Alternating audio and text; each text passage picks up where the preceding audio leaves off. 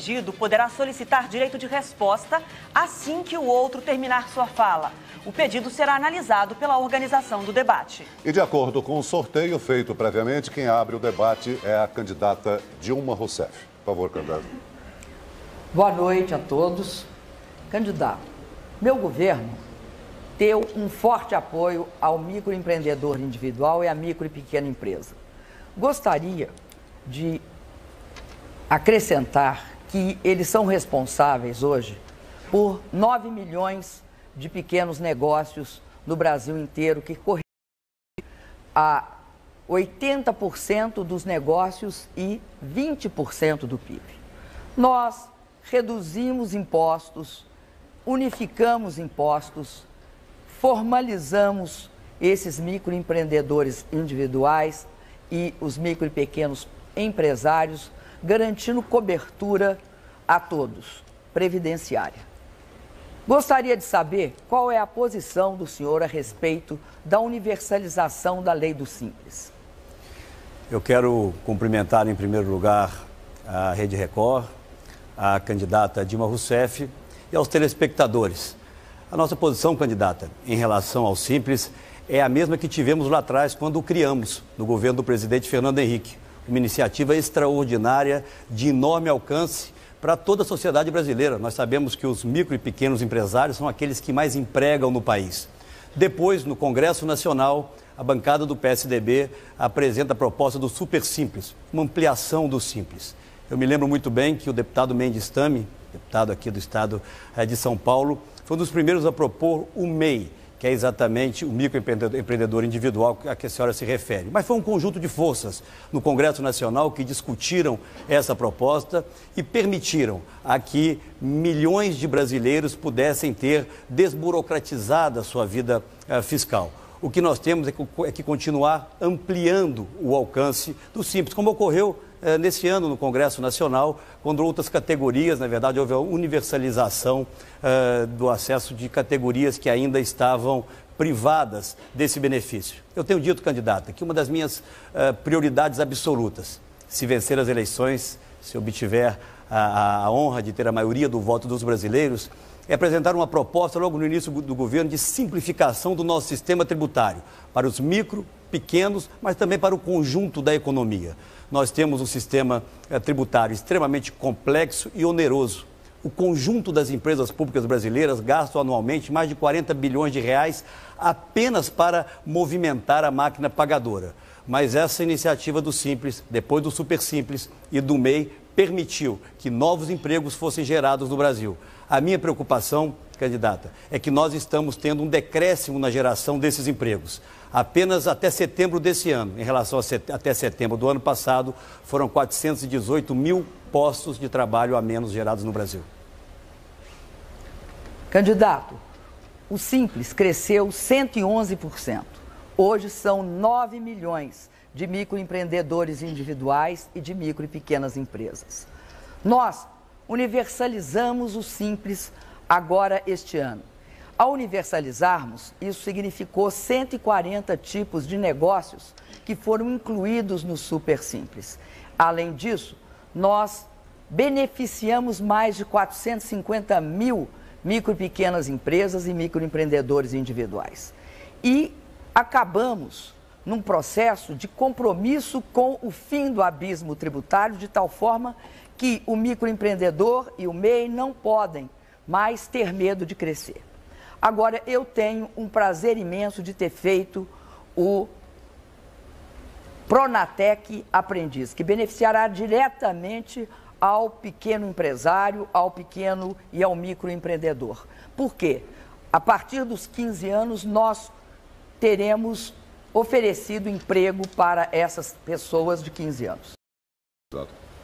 Candidata, eu agradeço a qualidade da sua primeira pergunta e aproveito para dizer que é isso mesmo. Governar é você aprimorar as boas ideias. O Simples foi criado no governo do presidente Fernando Henrique e houve um aprimoramento a partir do Congresso e do qual o seu governo participou. É o que nós temos que fazer, as boas ideias, aquelas que melhoram a vida das pessoas, elas têm que avançar. Nós não temos que ter essa preocupação em sermos donos de determinado programa. Os programas são das pessoas, são dos brasileiros. O que eu acredito é que é possível avançarmos ainda mais, principalmente no momento em que nós conseguimos fazer o Brasil voltar a crescer. Porque, infelizmente, com o crescimento que nós teremos esse ano, praticamente nulo, 0,3%, todos serão afetados, os grandes, os médios e principalmente os pequenos e os micros. Por isso, eu tenho enfatizado em todas as discussões das quais tenho participado a necessidade de resgatarmos a credibilidade da economia brasileira, atrairmos investimentos e permitirmos que a economia cresça, na verdade, como vem crescendo alguns dos nossos vizinhos. Candidato, agora o senhor segue com a palavra para fazer a sua pergunta em 45 segundos, por favor. Eu vou tratar também de um tema que interessa, tenho certeza, diretamente aos milhões de brasileiros que nos assistem aqui. Violência. Eu dizia no último debate que havia recebido um documento da Unicef que mostra que 24 jovens, 24 adolescentes são mortos todos os dias no Brasil.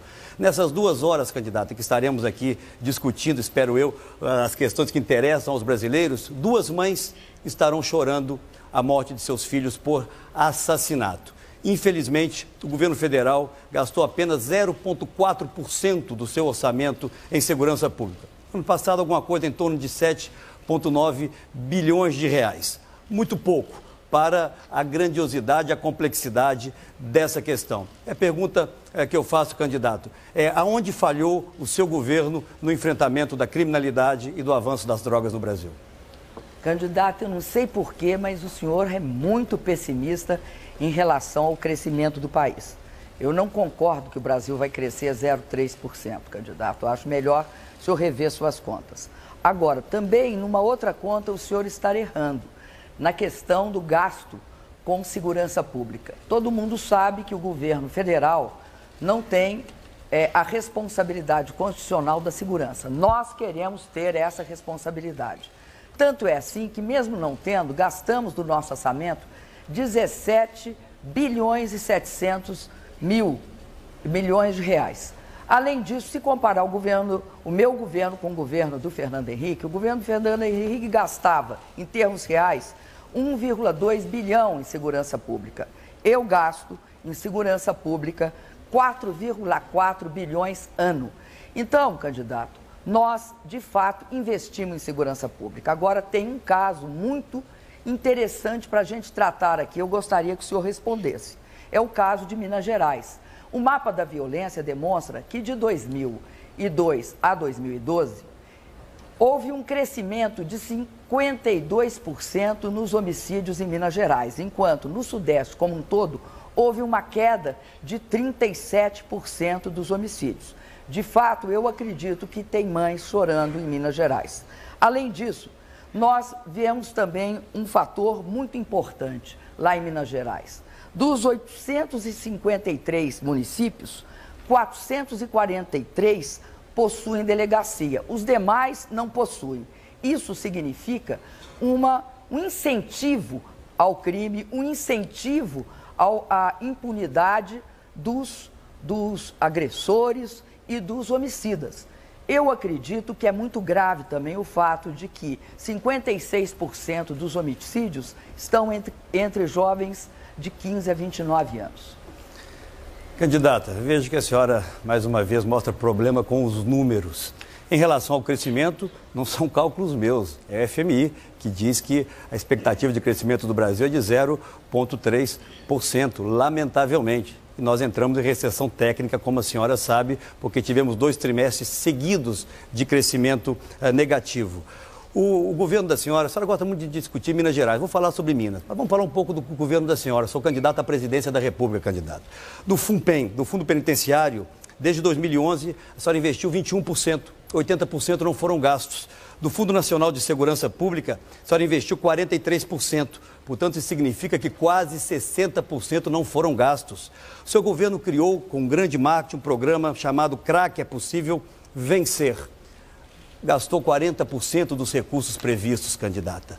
Ao contrário, o meu governo, e aí eu lhe dou os números exatos, quando governei Minas Gerais, entre 2013 e 2010, a taxa de homicídios na capital caiu em 37% e no conjunto do estado, os crimes violentos caíram 87%. E segundo o Ministério da Justiça, Minas foi o estado que mais gastou em segurança pública. O tempo acabou, candidato. Agora tem a palavra a candidata Dilma. Sinto muito, candidato, mas no mapa da violência não constam esses números. Consta que o Sudeste teve uma queda dos homicídios em 37%. Em Minas, um aumento de 52%. Acho bom o senhor consultar. Agora, o senhor fala muito dos fundos. É bom destacar que os dois fundos, eles representam hoje 4,3 bilhões de reais. Nós, candidato, não gastamos 4,3 bilhões de reais. Nós gastamos no Brasil hoje, como eu disse ao senhor, 17 bilhões e 700 milhões de reais. Em que, candidato? Em várias atividades, inclusive ajudando todos os estados a construir e a criar centros de comando e controle, que foram responsáveis pela integração entre as polícias civil, as polícias militares, as forças armadas, e isso permitiu um padrão de segurança bastante elevado durante a Copa do Mundo. Tempo de tréplica encerrado, é a senhora quem formula a pergunta agora, candidato. Perfeitamente. A minha pergunta vai sobre flexibilização dos direitos trabalhistas. Candidato, em 2001, o desemprego estava muito alto e foi aprovado um projeto de lei na Câmara, onde o senhor era o presidente da Câmara. Foi aprovado um projeto de lei que tirava os direitos da CLT e transformava esses direitos em acordos coletivos de trabalho ou acordos de trabalho. Isso significava uma grande perda de direitos para os trabalhadores e ameaçava as conquistas históricas. A minha pergunta é a seguinte: por que essas medidas podem ser consideradas impopulares e por que adotá-las? Candidata, a minha vida pública começou há muito tempo e tive um momento, para mim, extremamente rico, que foi o da Constituinte. Eu fui constituinte, muito novo, fui eleito com uma votação extremamente expressiva no meu estado e participei da elaboração de todo o capítulo que garantiu o direito aos trabalhadores. Por isso, sou absolutamente fiel a eles. E quero ir mais além, candidata. Eu tenho dito durante toda a minha campanha que, se eleito for, além de garantir os direitos dos trabalhadores, eu quero ir mais. Eu quero, por exemplo, garantir o reajuste real do salário mínimo até o ano de 2019. Por isso, o meu partido, o PSDB, ao lado do Solidariedade, apresentaram essa proposta. Eu quero garantir o reajuste da tabela do imposto de renda pela inflação. E quero ir além. Eu quero sim rever o fator previdenciário para tirar esse ônus das costas dos aposentados brasileiros, de forma negociada, de forma franca. Portanto, a minha história de vida mostra de forma muito clara, não só o respeito pelos direitos trabalhistas, mas muito mais do que isso. Eu, ao longo do meu período de governo em Minas Gerais, que a senhora quase que diariamente busca alterar ou busca trazer informações que não correspondem efetivamente ao que aconteceu no Estado, lá nós tivemos um diálogo franco com as centrais sindicais que ajudaram no desenvolvimento do nosso Estado. Os nossos indicadores, candidata, em todas as áreas foram extraordinários. Minas Gerais tem a melhor educação fundamental do Brasil, a melhor saúde de toda a região Sudeste e todos os direitos trabalhistas do meu governo foram respeitados. Fiz um governo, candidata, que gostaria de fazer no Brasil, honrado, respeitando direitos e permitindo que Minas fosse um dos estados que mais crescesse durante todo aquele período. O que nós precisamos é que a mesma eficiência que tive em Minas Gerais chegue ao governo federal. Candidato, eu vou refrescar a sua memória. Em 2001, estava extremamente elevado o desemprego no Brasil.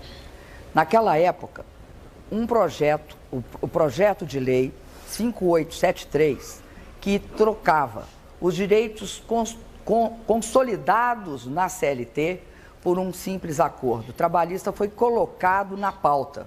Seu partido chegou a votar este projeto. O senhor colocou na pauta e seu partido votou. Este projeto, no entanto, o presidente Lula foi eleito e enterrou este projeto. E, na verdade, vocês, naquele momento, conseguiram um recorde nacional e internacional. 11 milhões e 500 mil trabalhadores desempregados no Brasil. O Brasil só perdia para a Índia, que tinha 41. Por isso, candidato, eu acredito que não é verdade que você não tenha feito esta votação e seu partido apoiou-la. Candidata, mais uma vez eu a convido. Vamos debater o presente, vamos aprontar caminhos para o futuro. Trazer circunstâncias tão distintas quanto aquelas para hoje, na verdade, é não responder aquilo que os ouvintes querem ouvir. Por exemplo, por que a indústria está demitindo 100 pessoas por dia apenas no estado de São Paulo? Por que os empregos industriais foram embora do Brasil? Por que a nossa indústria está sucateada e participando hoje na formação do nosso PIB com algo em torno de apenas 13%, o que acontecia há 60 anos atrás? Porque tivemos nos últimos 6 meses os piores meses da década de geração de empregos, candidata. O que o seu governo vai fazer para que o Brasil volte a crescer, saia da lanterna do crescimento na nossa região? As pessoas estão extremamente preocupadas com o futuro, candidata. Não vamos fazer uma campanha olhando para o retrovisor da história, vamos fazer uma campanha olhando para o futuro. Os brasileiros querem ver o país crescendo, os empregos voltando a ser gerados e aí sim a confiança restabelecida. A confiança que hoje os brasileiros não têm mais. Quem faz a próxima pergunta agora é o candidato Aécio Neves. Por favor. Candidata, vamos falar de mais um tema extremamente importante para todos os brasileiros. Inflação. A senhora disse literalmente nos nossos últimos 2 encontros, no primeiro deles, de que a inflação está sob controle. O último encontro do primeiro turno. Depois me disse de forma textual, e eu fiz questão de anotar aqui, no último debate, tenho certeza que a inflação está sob controle. E disse mais, disse que se nós baixarmos a inflação para 3%, que é o objetivo do meu governo, isso ia gerar um enorme desemprego no país. Por que, candidata, que isso não acontece em países vizinhos nossos? Cito o exemplo do Chile, poderia citar outros que conseguem crescer bem mais do que o Brasil, controlando a sua inflação. Onde está o erro, candidata? Eu estou estarrecida com o fato, candidato, que o senhor não sabe que nós temos uma das menores taxas de desemprego da história, 5%. O senhor pode se esforçar bastante, mas jamais vai conseguir tirar de nós o fato que nós temos 5% de desemprego, a menor taxa de toda a história. O meu governo, candidato, ao contrário do seu, criou 5.600.000 empregos no Brasil inteiro. Isso são dados oficiais, candidato. Não adianta, porque todo mundo sabe que eles são oficiais. Agora, candidato, qual é o problema da nossa divergência em relação à inflação? Eu tenho um compromisso de combater a inflação de forma drástica e sistemática. A inflação não está descontrolada como quer vocês, até porque vocês jogam no quanto pior, melhor. Eu tenho certeza que a inflação está sob controle e ela está inteiramente controlada e isto é inequívoco. Agora, candidato, em alguns momentos você tem flutuações, mas os preços voltam para os patamares que devem ficar. Eu considero muito grave a proposta de 3% de taxa de inflação, porque vai repetir a velha história de sempre. Para ter 3% de inflação, o senhor vai triplicar o desemprego, ele vai para 15%, e o senhor vai elevar a taxa de juros, como já fizeram antes, a 25%, porque esse é o receituário. O cozinheiro é o mesmo, Armínio Fraga. A receita é a mesma. Recessão, recessão, recessão. E o resultado é o mesmo. Desemprego, arroxo salarial e altas taxas de juros. A quem serve isso? Ao povo brasileiro é que não é. Ok, candidata. A candidata afirma que o seu governo gerou mais empregos do que o meu.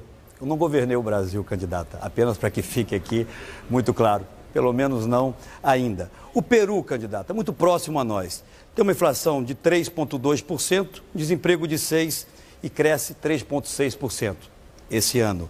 Vamos aqui ao Chile. Falei do Chile agora há pouco, uma inflação em torno de 4,4%, um crescimento de 2%. Ou mesmo o México, e uma taxa de desemprego de 6,6%.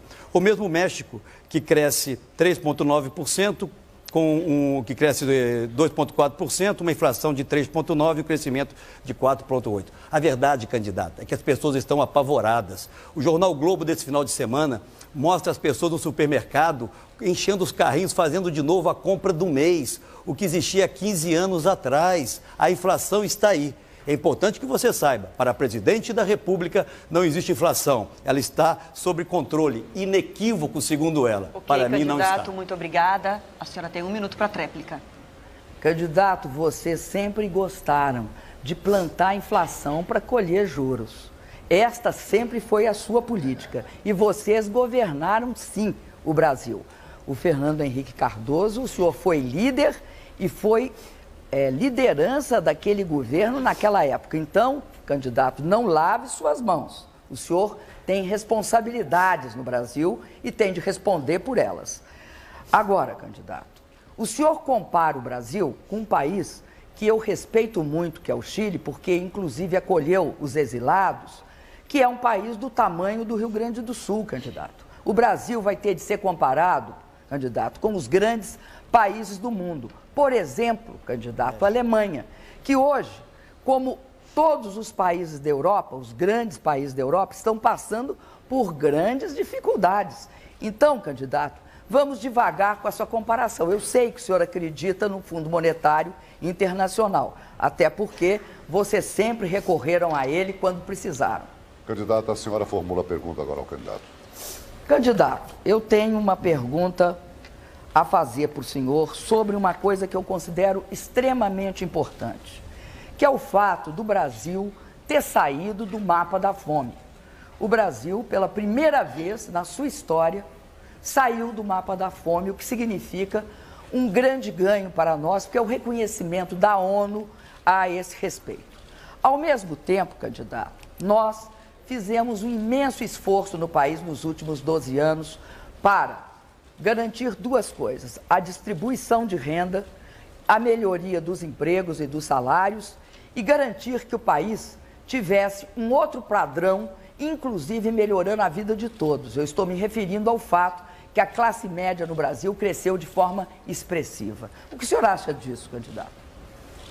Candidata, em primeiro lugar, eu tenho um orgulho enorme de ter podido participar de um momento transformador da vida nacional. Quando nós aprovamos o Plano Real, tiramos a inflação das costas dos brasileiros contra o voto do seu partido, e tenho certeza que a senhora assume essa responsabilidade. Quando votamos a Lei de Responsabilidade Fiscal, que reordenou a vida dos entes públicos brasileiros contra a posição do seu partido, e quando iniciamos os programas de transferência de renda, depois ampliados, candidato, pelo seu partido. O que me preocupa são os números muito pouco confiáveis do seu governo, candidata. Recentemente, o importante diretor do IPEA pede demissão, porque não foi a ele dada a oportunidade de discutir, de debater e divulgar números que mostram que houve, ao contrário, um aumento da pobreza extrema no Brasil nesse último período, candidata. Por quê? Que não foi possível que o IPEA, uma instituição tão respeitada por todos os brasileiros, pelo menos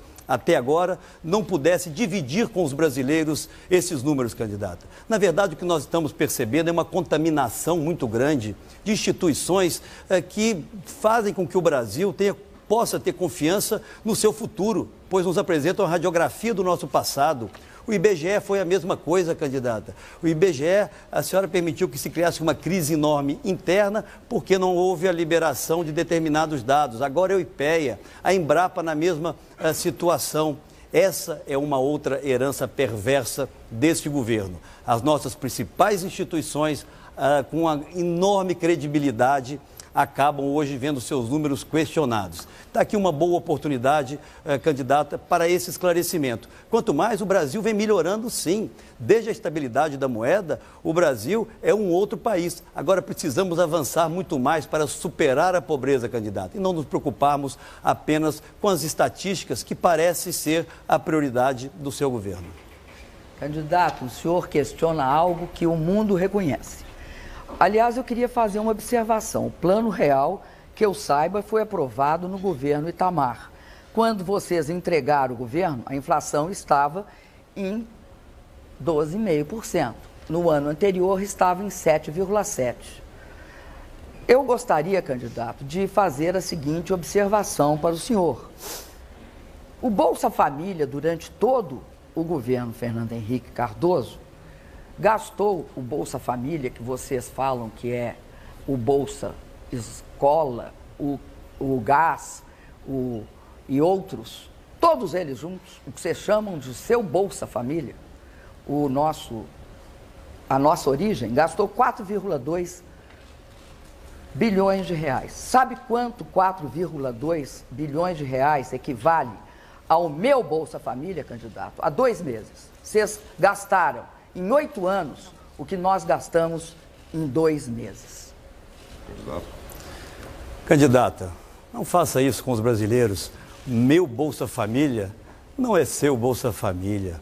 Bolsa Família só é daqueles brasileiros que mais precisam, espalhados por esse país e vivendo esse terrorismo pré-eleitoral de que o programa vai acabar se seus adversários vencerem as eleições. Candidata, não queria nem corrigi-la, mas vou corrigi-la mais uma vez. Ao contrário do que disse no último debate, quando terminou o governo do presidente Fernando Henrique, eram 5.100.000 famílias apenas no Bolsa Escola. Se a senhora não se lembra o nome dos programas, eu lhe ajudo. O Bolsa Alimentação, o Vale Gás.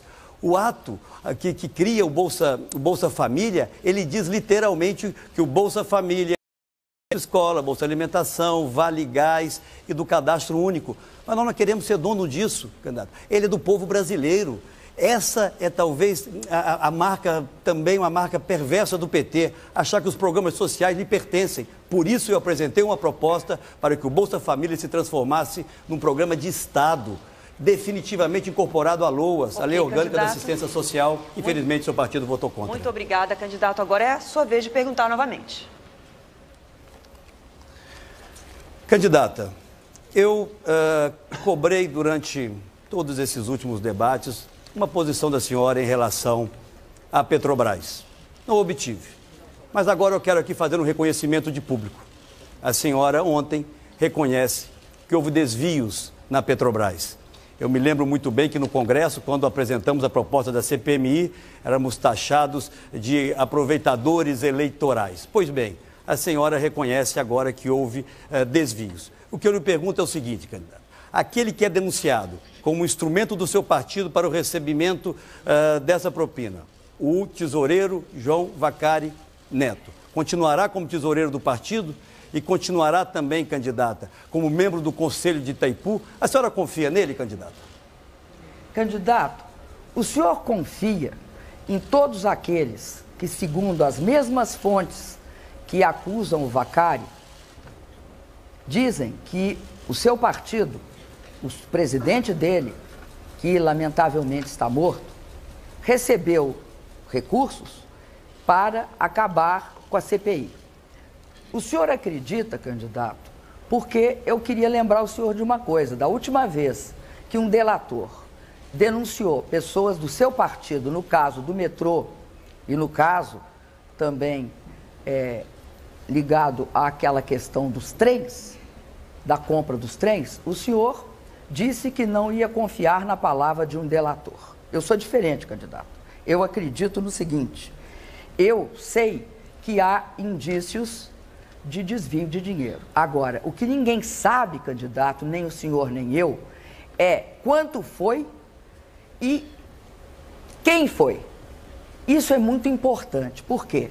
Porque a parte que o senhor devia me cumprimentar, o senhor esqueceu. A parte que o senhor tinha de me cumprimentar é a seguinte: eu disse que eu iria investigar assim que o Ministério Público e o Supremo Tribunal Federal divulgasse as suas conclusões, eu ia divulgar e ia punir e procurar investigar todos os que cometeram delitos. Agora, no caso específico do seu governo, candidato, vocês não podem me responder onde estão os corruptos da pasta rosa, onde estão os corruptos da compra de votos para a reeleição de presidente, onde estão do processo Sivan, onde estão os corruptos dos trem e do metrô. Todos inteiramente soltos. Eu não, candidato, eu sou a favor da punição. Dou a quem doer. E eu sou contra, candidato, a engavetamentos sistemáticos como foram feitos.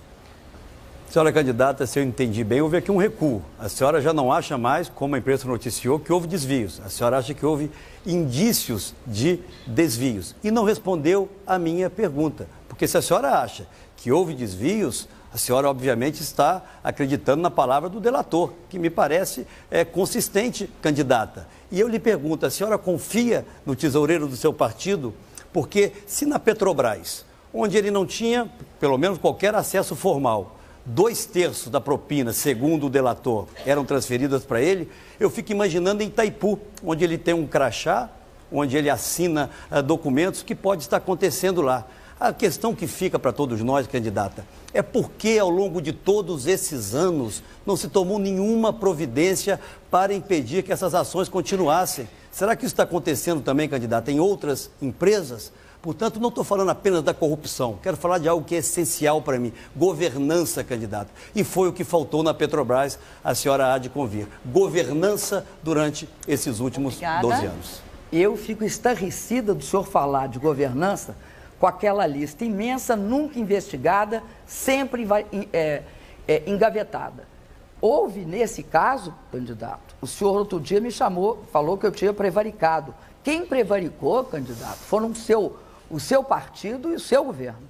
Agora, eu acredito que no caso específico dos que estavam envolvidos no recebimento de propina pelo ex-presidente, porque morto, do PSDB, ele recebeu propina para acabar com uma CPI.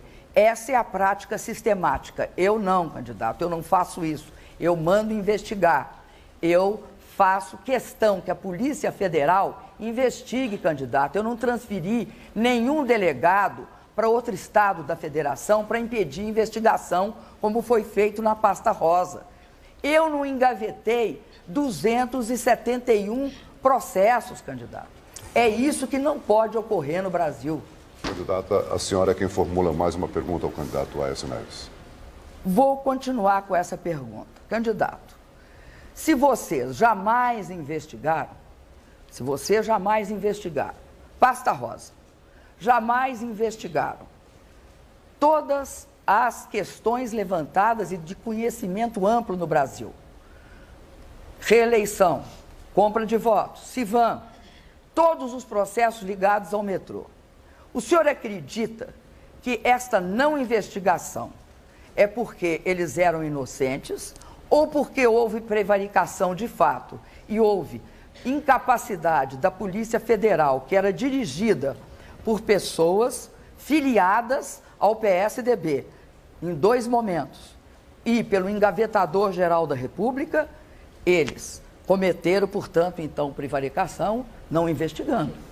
O que o senhor acha disso? Candidata, a senhora não está sendo justa mais uma vez. O Brasil tem instituições, são essas instituições que investigam. Se não for comprovada a culpa, as pessoas são inocentadas, candidata. Um desses casos, aquele que era acusado foi nomeado pelo seu antecessor embaixador na Colômbia, certamente porque tinha méritos para isso e foi inocentado, candidato. O que a senhora não pode é achar que o delator da Petrobras, ele está correto quando denuncia um membro do meu partido e acha que tem que ser investigado, e há dúvidas quando, por exemplo, ele indica que a sua chefe da Casa Civil, a senadora Gleisi, através do ministro Paulo Bernardo, seu marido, recebeu recursos, ou quando outros tantos membros da sua base receberam. Tem que se investigar tudo, candidato. Mas eu quero voltar à questão essencial, a governança. A senhora foi presidente do Conselho de Administração durante um longo tempo. Como essas coisas podiam acontecer de forma tão sistêmica, candidata? É isso que é grave e é isso que precisa mudar no Brasil. Nós precisamos profissionalizar as nossas empresas, tirá-las da agenda política, porque tudo isso é consequência da forma como as pessoas são nomeadas. Não é outra coisa, as pessoas estão sendo nomeadas para prestar serviço, seja ao partido do presidente ou da presidente, ou a partidos da base. É isso que infelizmente vem acontecendo. E não é um cidadão isoladamente, ele já denunciou os outros diretores da empresa. Então montou-se, segundo a Polícia Federal, uma organização criminosa na Petrobras. E eu quero dizer à senhora e dar à senhora, mais uma vez, essa oportunidade. O tesoureiro do seu partido, hoje ocupando um cargo em Itaipu, nomeado quando a senhora era ministra das Minas e Energia, ele tem a sua confiança para continuar ocupando esse cargo? Não lhe preocupa, candidato? Não lhe preocupa o que possa estar acontecendo em Itaipu, eventualmente em outras empresas públicas brasileiras? Porque a senhora disse que vai fazer agora, me perdoe, aquilo que deveria ter feito ao longo de todos esses últimos 12 anos. Candidato, o senhor adora fazer confusões que lhe beneficiam. É importante notar, candidato, que eu fui presidente do Conselho da Petrobras até 2010. Assumi a presidência da República e demiti esse senhor diretor em março de 2012. Portanto, bastante tempo depois. Não sabia ainda que ele estava comprometido. Agora, candidato, a minha diferença para você é que eu mandei investigar quando soube que tinha estas características. Por acaso, porque estavam atrás de um doleiro e através do doleiro descobriram. Eu nunca impedi a investigação, candidato. Eu nunca impedi que falassem, que olhassem ou que verificassem o que estava acontecendo. Agora, vocês impediram. Sabe quantos vocês arquivaram? Vocês arquivaram 217 investigações. 242 envolviam deputados, senadores e ministros. Candidato, por favor. Candidata, mais uma vez a senhora não mandou investigar.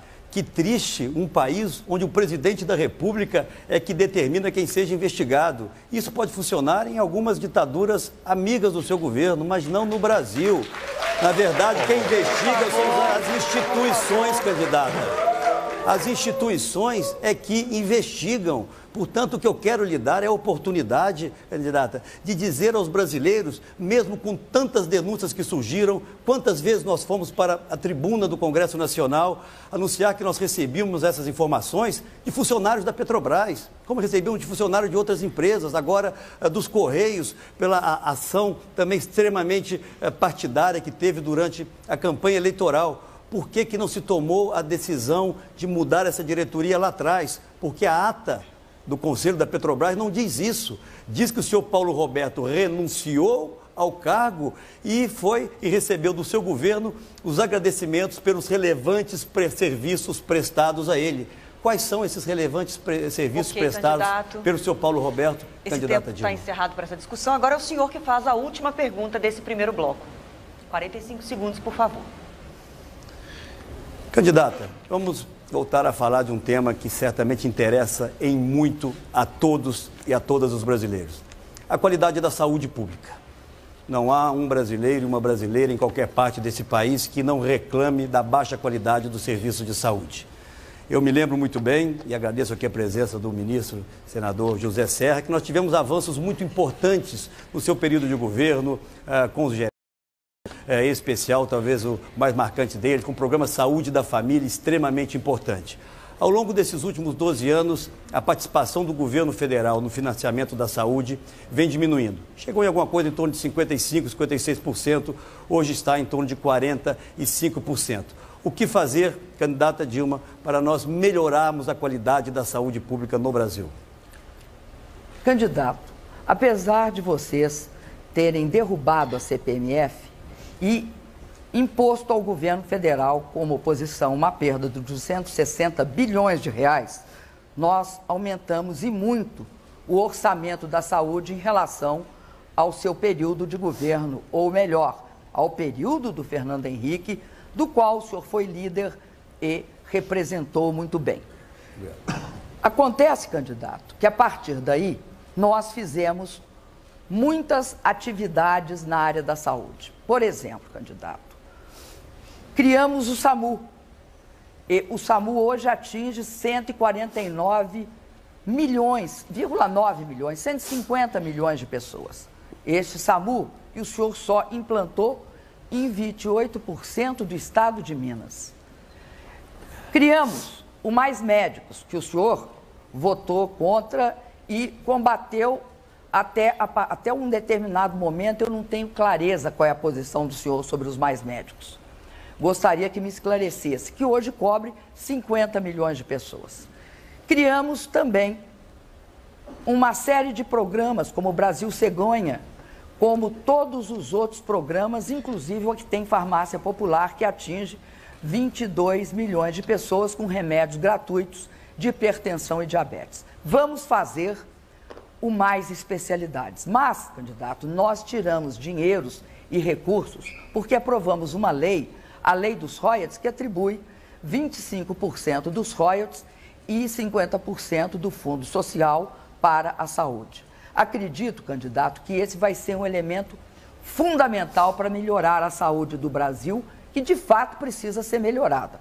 Agora, candidato, o senhor disse que não tinha feito, mas ficou claro que o senhor não cumpriu o mínimo constitucional e investiu e desviou, aliás, da saúde 7,6 bilhões de reais. Obrigada. Candidata, a verdade, sempre é verdade. Esse dado que a senhora não cansa de repetir, ele não é verdadeiro, candidato. O Tribunal de Contas do Estado atesta que nós cumprimos adequadamente a lei. Por exemplo, nesse caso específico, exatamente como o Rio Grande do Sul, seu governador Tasso Genro. E aproveito para mandar um abraço para o meu amigo Sartori, que disputa com ele as eleições. Nós temos avançado, candidato, na nossa proposta de governo para que o Programa Saúde da Família, desprezado pelo seu governo, possa retornar. Eu não quero um programa apenas para chamar de meu, candidato. Eu quero não apenas mais médicos, eu quero muito mais do que isso, eu quero mais saúde. Mas como a senhora estava confusa em relação à nossa votação, nós votamos a favor sim, mas nós votamos também para que os médicos fizessem o revalida. E eu não posso aceitar essa discriminação que o seu governo aceita com os médicos cubanos, que deveriam estar recebendo o que recebem os médicos de outras partes do mundo que aqui estão. Mas vamos valorizar os profissionais de saúde do Brasil, candidato. É assim que nós vamos resolver definitivamente o drama da baixa qualidade da saúde pública, candidato, que a senhora não reconheceu aqui até agora. Muito obrigada. Agora a senhora tem mais 1 minuto para a tréplica final desse bloco. O Ministério Público de Minas Gerais entrou sexta-feira contra o governo de Minas, porque o que eu falei outro dia, o senhor disse que não era verdade, é verdade. Vocês não cumpriram o mínimo constitucional na área da saúde. E também fizeram uma outra coisa. No período inteiro, desviaram 7 bilhões e 600 milhões. Com que moral o senhor fala em saúde, eu não sei. Agora, vou ler uma fala do ministro do TC, do Tribunal de Contas do Estado de Minas Gerais, o conselheiro Celo Costa, que diz o seguinte: é duro engolir que vacina para cavalo seja contabilizada como despesa de saúde. Esta é uma frase de um conselheiro do Tribunal de Contas. Portanto, candidato, a mim estarrece que o senhor tenha essa tranquilidade em falar de saúde. No caso do Mais Médicos, candidato, o senhor esquece que tem 1,8 médicos brasileiros formados no Brasil para... Ok, candidata. O tempo está encerrado. Eu vou respeitar. Obrigada. A gente termina então assim esse primeiro bloco do debate com os candidatos à presidência. Depois do intervalo, nós voltamos com novas perguntas entre os candidatos. Eleições 2014, o voto na Record.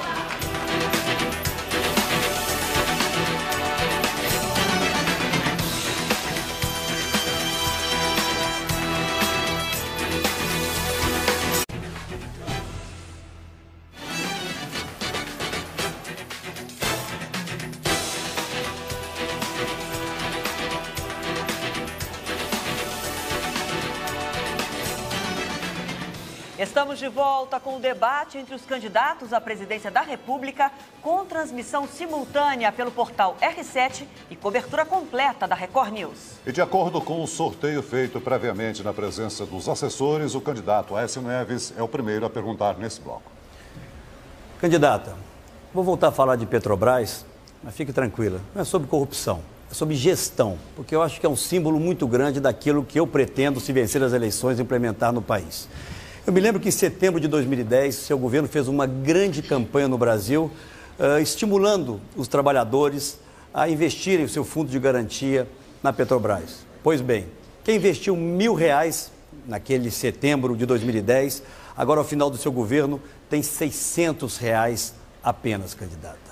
Será que é justo? É justo com o trabalhador que a má gestão, que os desvios e que a corrupção tirem deles algo tão valioso, que é o seu fundo de garantia, a garantia do seu próprio futuro.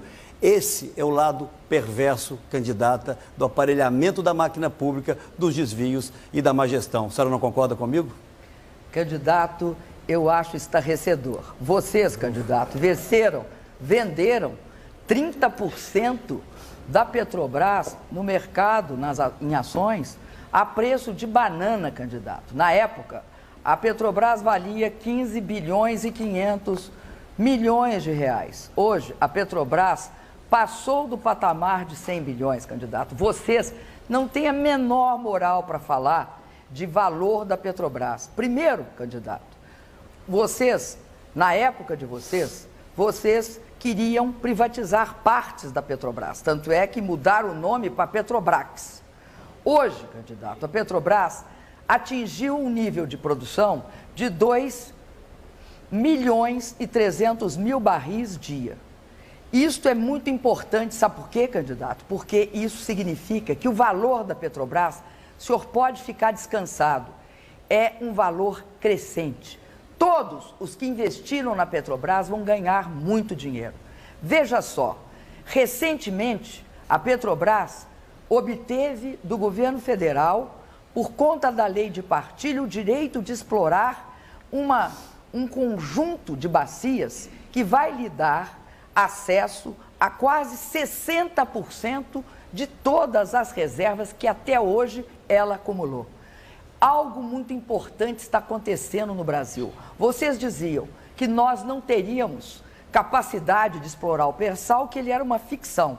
Ora, candidato, o pré-sal hoje está gerando para o Brasil 500, mais um pouco do 500, mas eu vou deixar por 500 mil barris dia.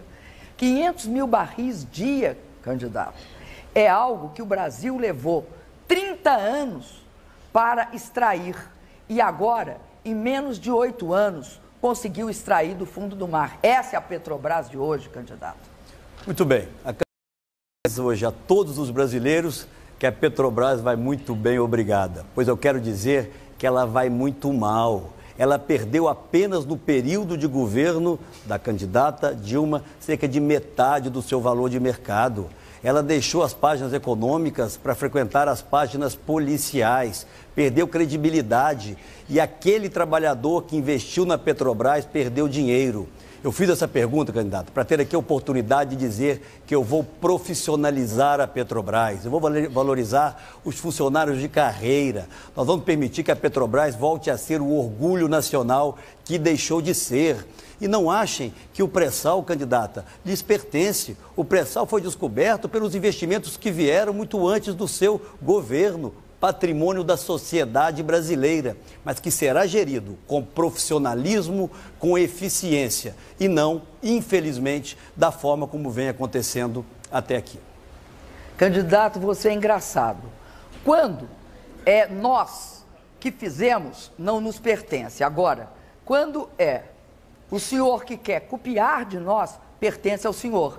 É 2 pesos e 2 medidas estranhíssimos que o senhor usa. A Petrobras, candidato, na época de vocês, candidato, e o senhor disse isso, está registrado. O senhor disse que pensava em algum momento em privatizar a Petrobras, mas que isto não estava ainda na pauta. Eu só fico pensando quando é que o senhor quer colocar na pauta. É denegrindo a Petrobras, é dizendo que a Petrobras perdeu valor. Que isso, candidato? A Petrobras é a maior empresa desse país e a força dela, candidato, são os seus trabalhadores, a sua capacidade de descobrir, o seu controle tecnológico. Eu sei, candidato, que a vocês gostariam mais de ver a Petrobras dividida entre as grandes empresas internacionais. A Petrobras será a maior empresa desse país por muitos anos. Ok, candidata, agora a senhora segue. Eu peço, por favor, à plateia que não se manifeste, até porque o eleitor em casa pode não ouvir o que os candidatos estão dizendo. É a senhora que segue com a palavra agora para fazer a sua pergunta. Candidato, eu vou agora falar sobre propostas. Eu acho que o povo está querendo escutar propostas. No caso da segurança pública, candidato, eu acredito que aquela velha história que a União não tem responsabilidade constitucional pela segurança, nós temos de alterar. Eu estou propondo mudar a Constituição para que a segurança pública possa ter a participação conjunta da União, do governo federal com os estados, numa articulação que tem de levar ao combate organizado ao crime. Porque o crime atua de forma integrada, coordenada, e nós estamos atuando de forma fragmentada. Eu proponho isso. O que o senhor propõe? Candidata, lamento que não tenha feito ao longo desses últimos anos, vou ficar apenas nos seus 4 anos, tudo isso que propõe. Eu proponho uma proposta na área de segurança pública absolutamente inovadora, que começa pela proibição do represamento, do contingenciamento dos recursos da área e a sua transferência por duodécimos para os estados. Isso significa que os estados saberão a cada mês com o que contar. Eu quero, candidata, fortalecer a Polícia Federal, que tem seu pior orçamento dos últimos 5 anos na área de investimentos da sua história. E quero fazer com que as Forças Armadas, também equipadas e valorizadas, sejam os nossos parceiros para controlarmos as nossas fronteiras. Infelizmente, candidata, o programa de controle das fronteiras do seu governo, seu principal programa nessa área, nos últimos 3 anos gastou apenas R$1 bilhão. Isso é quase nada, candidata. E nós sabemos que a droga que vem matar no Brasil vem dos nossos vizinhos. Eu quero sim rediscutir o Código Penal, o Código de Processo Penal. E quero dizer aqui ao telespectador, à telespectadora, no meu governo, diferente do que aconteceu nesses últimos 12 anos, eu não vou terceirizar responsabilidades. Eu vou conduzir pessoalmente uma política nacional de segurança integrada com os estados e com os municípios, com investimentos e com inteligência. E vou além. Terei uma relação diferente com os países vizinhos que produzem drogas ou matéria-prima de drogas que vem matar no país. É muito importante, candidata, que nós possamos enfrentar essa questão de frente. A terceirização de responsabilidades foi a principal marca do governo do PT ao longo de todos esses últimos 12 anos. Não será no nosso governo, porque é inaceitável que o Brasil assista morrerem por assassinato 56 mil pessoas a cada ano, muito mais que o conjunto das guerras em curso no país vem matando. Candidato, o meu governo teve uma experiência muito exitosa, inclusive com o governo de Minas Gerais. Nós fizemos uma operação durante a Copa do Mundo e em relação a essa operação, a essa experiência, que nós propomos a integração. Eu, candidato, vou levar a todos os estados da federação centros de comando e controle. Vou integrar as polícias federal, Polícia Rodoviária Federal, Força Nacional de Segurança Pública, as polícias civis e militares com as Forças Armadas e agir em conjunto. Nós vamos usar os mesmos mecanismos de supervisão, de ação conjunta, de inteligência, de apoio tecnológico para agir e impedir que o crime organizado assuma a liderança. Impedir que estados como Minas Gerais tenham um crescimento de 52% nos homicídios, atingindo mais os mais jovens. Obrigada, candidata. Candidata, eu sei que a senhora está muito distante da nossa realidade, mas Minas é o segundo mais populoso estado brasileiro e tem a 5ª menor taxa de homicídios de todo o Brasil, candidata. A senhora diz que vai fazer agora aquilo que não fez até aqui. A senhora fala nos centros integrados que funcionaram na Copa do Mundo em parceria com os estados. É a grande indagação que fica. Se a senhora quer fortalecê-los e mantê-los, por que acabar da Copa do Mundo retirou a Polícia Federal e a Polícia Rodoviária Federal desses centros integrados, candidata?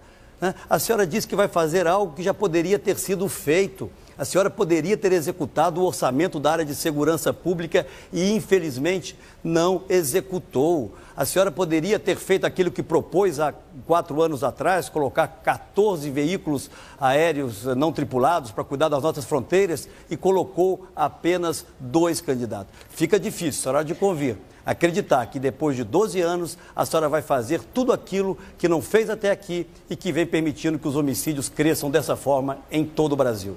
Candidato, é o senhor quem formula a pergunta agora. Eu tenho ouvido, candidata, a sua campanha, correligionários, fazerem Brasil afora um grande terrorismo em relação à nossa posição em relação aos bancos públicos. A Caixa Econômica Federal é o Banco do Brasil em especial. Esse mesmo discurso de que nós privatizaríamos essa ou aquela empresa.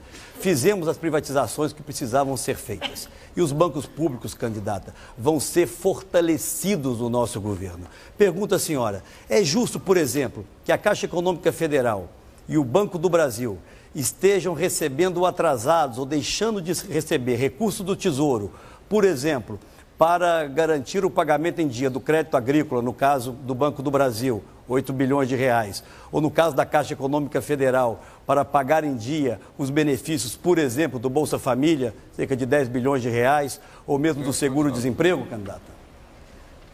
Candidato, o senhor viu cantar o galo e não sabe aonde. Isso é terrível quando acontece com uma pessoa. Candidato, a minha relação e a relação do governo, a relação de todos nós com os bancos públicos é uma relação de grande respeito. Todos os bancos públicos tiveram seus lucros aumentados e ampliados, sua taxa de inadimplência reduzida e uma recomposição do seu funcionalismo. Hoje, candidato, eu lamento, mas li várias circunstâncias, inclusive escutei várias falas do senhor, seu candidato a ministro da Fazenda, que ele ia reduzir o papel dos bancos públicos. E, no fim, ele não sabia o que ia ficar. Eu acho lamentável esse tipo de fala, candidato, esse terrorismo em relação aos bancos públicos. Por quê? Quem cuida da infraestrutura e da indústria desse país é o BNDES. Vocês passam o tempo inteiro criticando o BNDES. Ora, o BNDES tem hoje, sobre seu financiamento, das 1.000 maiores empresas, 743. O Banco do Brasil é o grande responsável pelo Plano Safra da agricultura familiar e pelo Plano Safra do agronegócio. São a maior parte dos 180 bilhões de reais ano. Este ano será isso. Além disso, a Caixa faz o Minha Casa Minha Vida. Esse dinheiro todo, candidato, uma parte do Minha Casa Minha Vida inteira é subsídio do governo federal. Nos outros casos, nós subsidiamos taxa de juro, candidato. Não tem investimento em mobilidade urbana, metrô, VLT, BRT, sem dinheiro dos bancos públicos. Aliás, não tem investimento de longo prazo no Brasil, sem participação do BNDES e dos bancos públicos. Olha, eu quero aproveitar esse momento para me dirigir aos funcionários do Banco do Brasil, da Caixa Econômica Federal, do BNDES. Eles sim sofrendo o terrorismo de uma propaganda enganosa. O nosso governo, os bancos públicos serão fortalecidos, eles são essenciais ao crescimento da economia nos mais diversos setores, mas também aos avanços sociais. Eu posso garantir que eles não vão entrar na cota política. Eles serão imunes a esse tipo de indicação política. No nosso governo não haverão senhores pisolatos administrando o Banco do Brasil.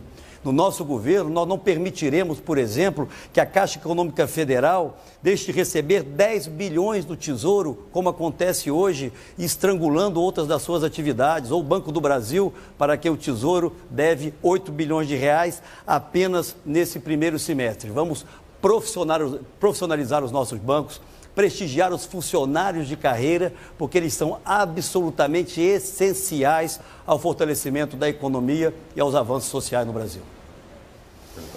Candidato, terrorismo é o que faz seu candidato a ministro da Fazenda. Quando alguém diz que, no fim, não sabe aonde que vai acabar os bancos públicos, eu, se fosse funcionário do Banco do Brasil, da Caixa e do BNDES, eu ficava com 3 pulgas atrás da orelha. Além disso, candidato, é bom o senhor lembrar que quando nós capitalizamos o BNDES, que no ano passado emprestou 190 bilhões de reais, vocês criaram o maior escarcéu dizendo que nós estávamos estatizando o crédito, o que é um absurdo, uma sandice. Por quê? Porque o BNDES empresta fundamentalmente para as grandes empresas industriais, de infraestrutura de todas as áreas do país e também para as micro e pequenos empreendedores. Porque também nós temos um crédito que chama Crescer, que beneficia o microempreendedor individual e o micro e pequeno empresário. Ok, candidata, a senhora segue com a palavra agora para fazer a quarta pergunta desse bloco. Perfeitamente. Eu vou perguntar sobre um programa, candidato, que eu tenho uma grande, mas um imenso orgulho de ter feito, que é o Pronatec. O Pronatec, candidato, ele é um programa que foi introduzido no Brasil porque nós tivemos condições para fazer. Por quê? Porque vocês proibiram o governo federal de construir escolas técnicas. Aí o governo do presidente Lula foi e revogou essa proibição. Com isso, o governo do presidente Lula construiu 214 escolas técnicas e eu construí 208 num total de 422. Foi com base nisso que nós fizemos o Pronatec. O que o senhor acha do Pronatec?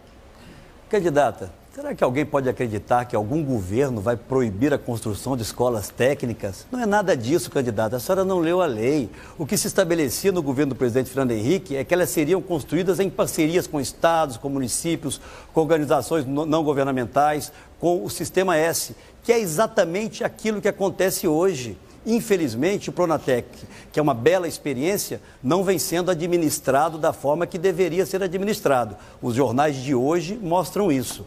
As pessoas se matriculam, saem alguns dias depois, mas continua na estatística do seu governo. Vamos manter o Pronatec, porque ele é importante e ele é uma inspiração, candidata. No PEP, em Minas Gerais, que não sei se a senhora conhece, ou nas ETECs aqui em São Paulo, que provavelmente a senhora conhece. Portanto, melhorar os programas, aprimorá-los, fiscalizá-los de forma mais adequada é absolutamente essencial. Os PEPs, os Programas de Ensino Profissionalizante de Minas Gerais, talvez a senhora não conheça, a avaliação é mensal. Se o aluno saiu, ele deixa de estar na estatística e o Estado, o governo, no caso isso não acontece no Pronatec, deixa de pagar aquela instituição. As denúncias que estão nos jornais hoje mostram exatamente isso, a perda de controle da gestão. Aliás, a perda do controle da gestão é uma marca que nós sabemos grande desse governo. O Pronatec, portanto, vai ser aprimorado, candidata, mas nós temos que ampliar as horas dos cursos. Até 160 horas não adianta porque o aluno não aprende o suficiente que precisaria aprender para enfrentar um mercado de trabalho cada vez mais competitivo. Portanto, não só esse programa, outros bons programas têm que avançar. Mas falta a esse governo, talvez pela marca da composição ou da base que se constituiu no seu entorno, eficiência, foco, resultado. Em Minas Gerais, todas as áreas são avaliadas por desempenho e os servidores recebem o resultado a mais, um valor a mais, se alcançam as metas pré-estabelecidas. Algo que, por exemplo, já poderia ter acontecido no governo federal. Candidato, sabe qual é a maior prova da lei que vocês aprovaram, proibindo escolas técnicas, que só podiam ser feitas se fossem mantidas pelos estados e as instituições filantrópicas? É o seguinte, vocês, em 8 anos, candidato, fizeram 11 escolas técnicas. Nós, candidatos, fizemos 422. Eu, em 4 anos, 208. É só 1.600% a mais do que o senhor fez. Além disso, candidato, eu quero dizer o seguinte, o Pronatec não tem parecença com nenhum programa que está ocorrendo. Ele tem escala, 8 milhões de pessoas tiveram acesso ao Pronatec. O tempo de estudo, candidato, é função também do fato de que tem um caminho de formação. Tem um eletricista 1, eletricista 2 e assim sucessivamente. Outra coisa, candidato, é gratuito. Vocês jamais fizeram programa gratuito nessa escala, candidato. É completamente diferente. Obrigada, candidata. Agora, tréplica final. 1 minuto. Candidata, eu não consigo, realmente eu não consigo entender essa obsessão para ter os programas, chamá-los de meu. Todos os programas são evolução. O seu governo não inventou as escolas técnicas, candidata. Ao contrário, essa é uma experiência que começou de forma muito exitosa aqui mesmo onde nós estamos, em São Paulo. Quem não conhece a experiência do governador Geraldo Alckmin com as ETECs, Avançar é muito importante, candidata, mas reconhecer que precisa se haver aprimoramentos é a essência da administração pública. Não existe nenhum programa acabado e perfeito. Acho sim que o Pronatec precisa avançar, os custos precisam ser maiores, precisam ser mais vinculados à realidade de cada uma das regiões brasileiras, a partir da potencialidade econômica que cada região tem. Essa é uma queixa que eu recebo em várias das minhas viagens. E nós vamos, candidata, esteja certo disso, com gestão eficiente, permitir que os bons programas possam trazer melhores resultados e, obviamente, os maus programas sejam interrompidos. Obrigada. E este foi o segundo bloco do nosso debate. No intervalo, nós voltamos com mais perguntas entre os candidatos. Eleições 2014, o voto na Record.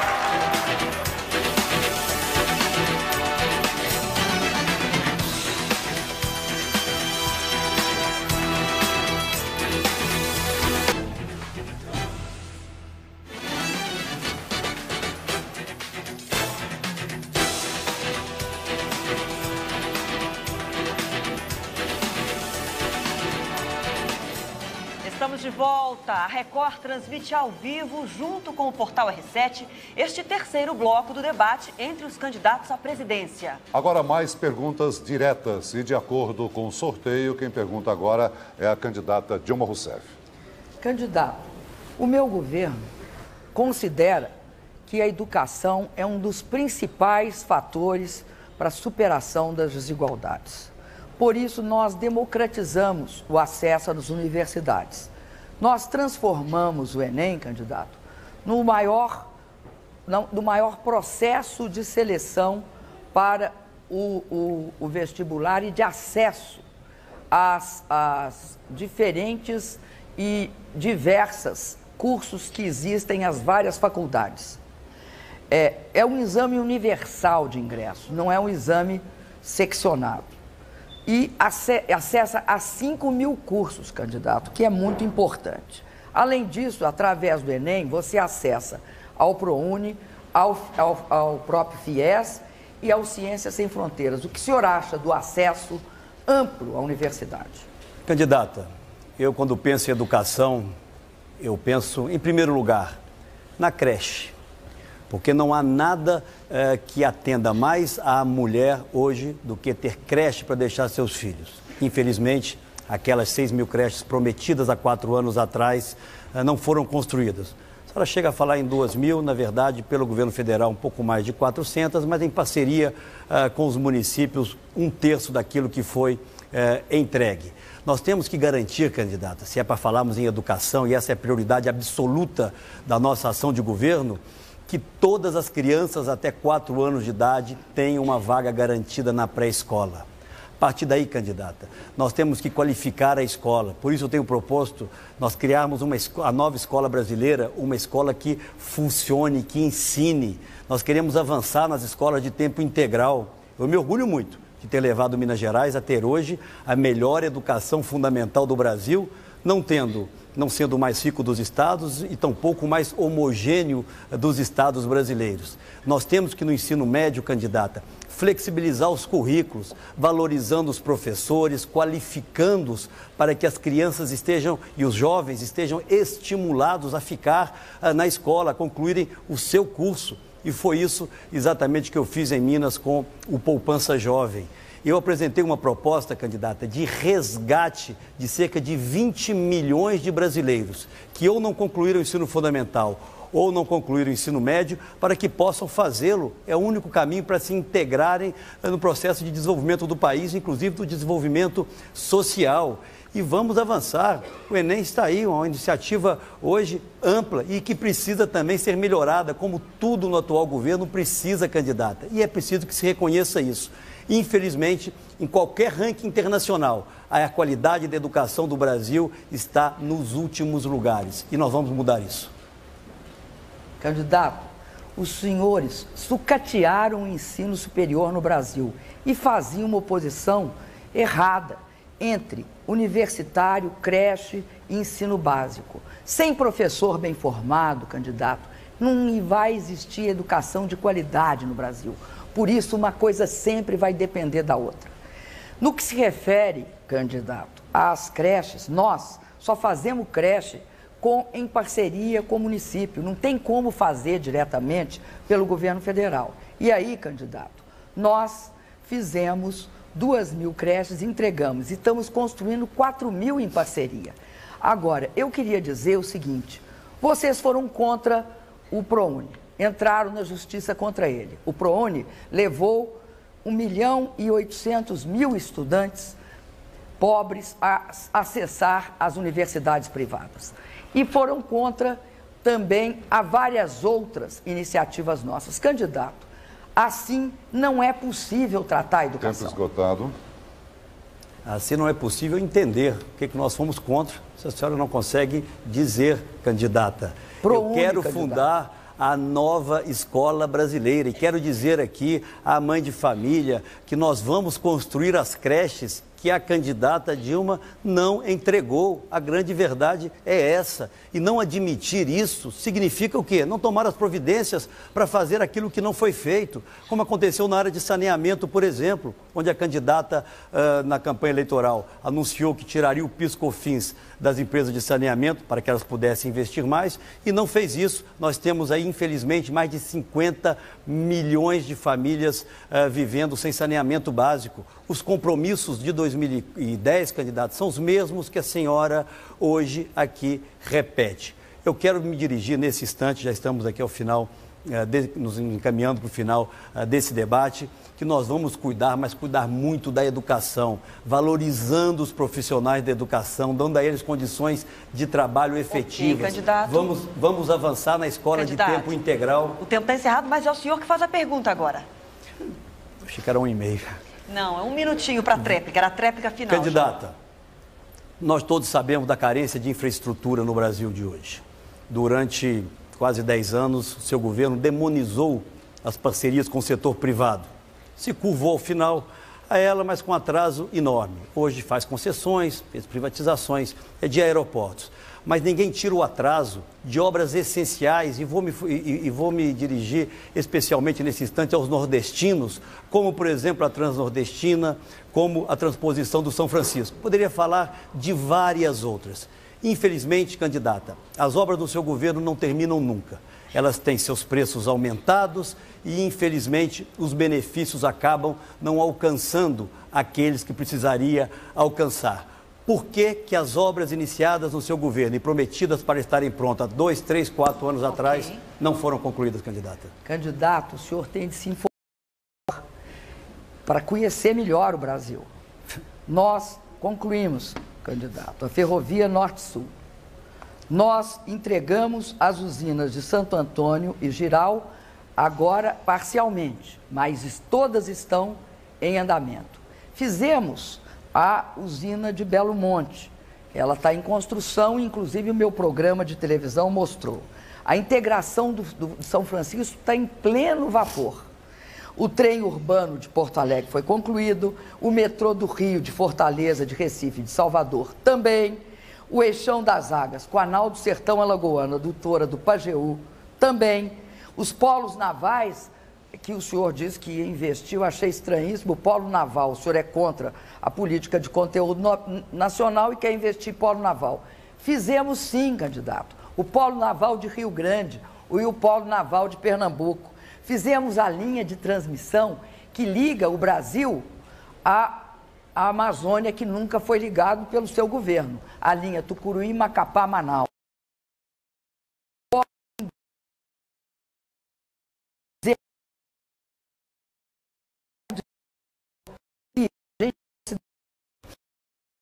Urbana, social, logística, saneamento e recursos hídricos, nós investimos, no meu governo, 200 bilhões, sem falar na infraestrutura de energia. Aliás, já falando na infraestrutura de energia, nos meus 4 anos, candidato, eu fiz a mesmo que vocês fizeram em 8, no governo Fernando Henrique, e 2 vezes mais do que vocês fizeram em linha de transmissão. Esse é um dos motivos pelos quais não tem racionamento de energia. Nós planejamos e investimos.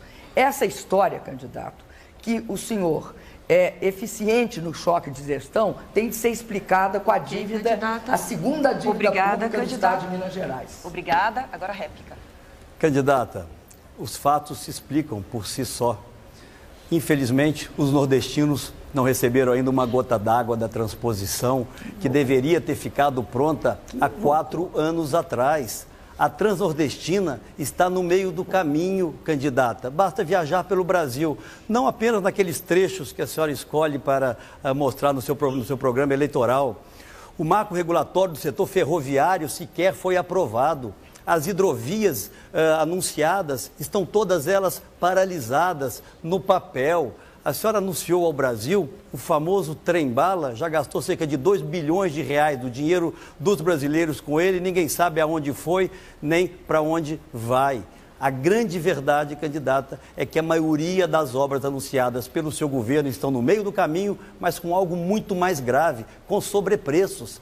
A Abreu e Lima, em Pernambuco, é o mais dramático exemplo. Uma obra orçada em cerca de 4 bilhões de reais, já se gastaram mais de 20 ou 30 bilhões de reais e ninguém sabe quando começa a operar. Obrigada, candidato. A sua tréplica, por favor. Candidato, para quem tem como maior obra um centro administrativo em Minas Gerais, o senhor é bastante ousado. Até porque, candidato, pelo menos pelo que eu saiba, os recursos para construir o centro administrativo estavam orçados em 550 milhões. E o centro acabou custando, pelo menos em construção, 1,1 milhão.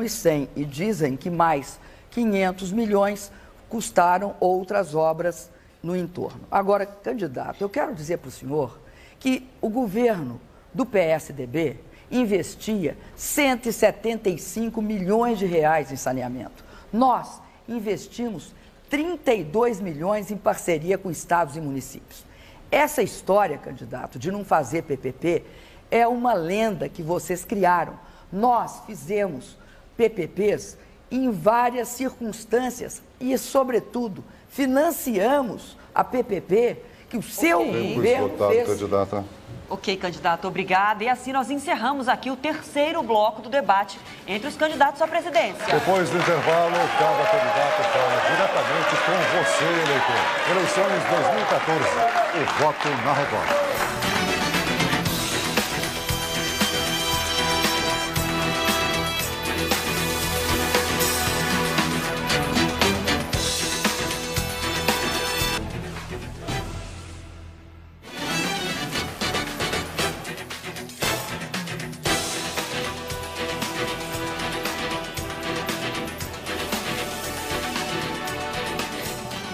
Estamos de volta com o debate entre os dois candidatos que pretendem governar o Brasil pelos próximos 4 anos.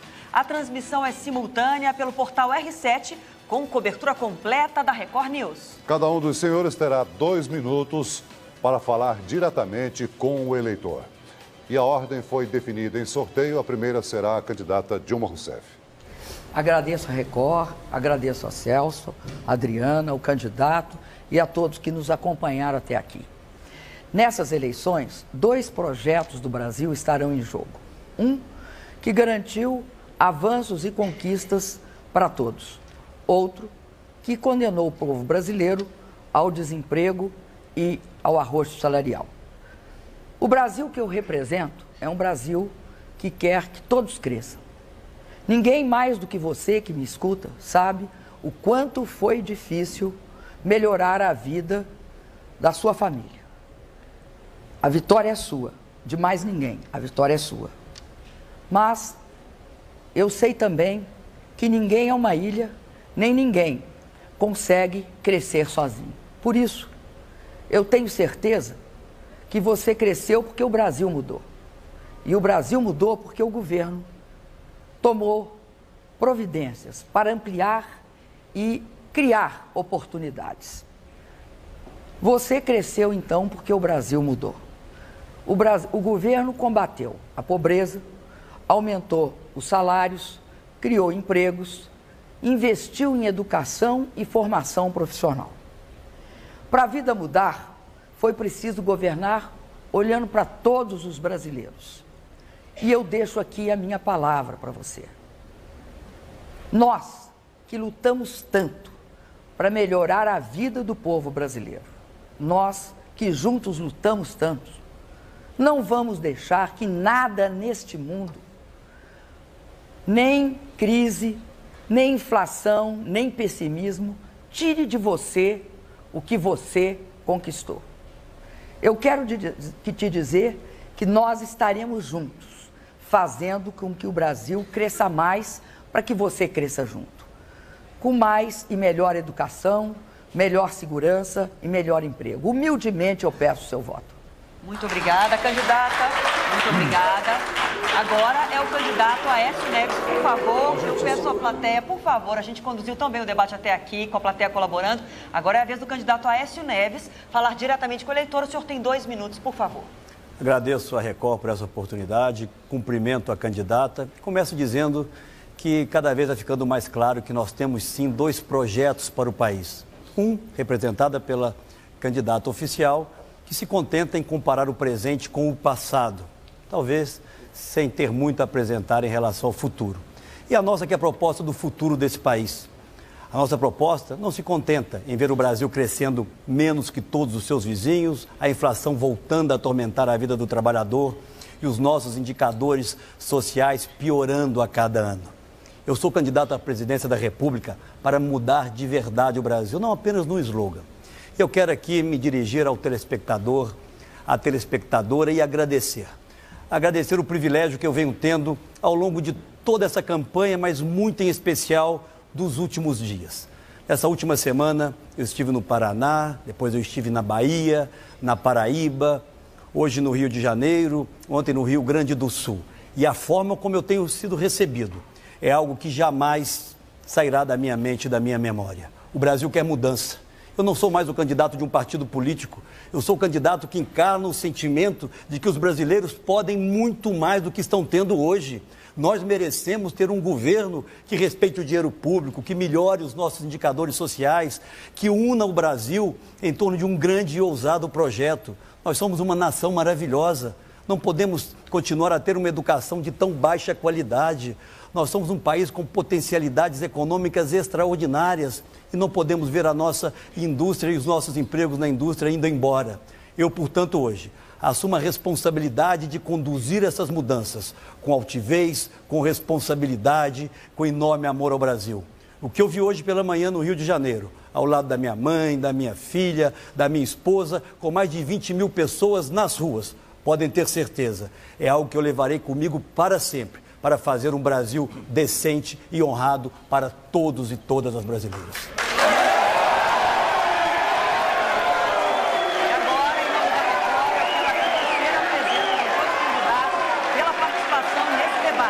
Depois do intervalo, você acompanha uma análise desse encontro. Fique com a gente. Eleições 2014. O voto na Record.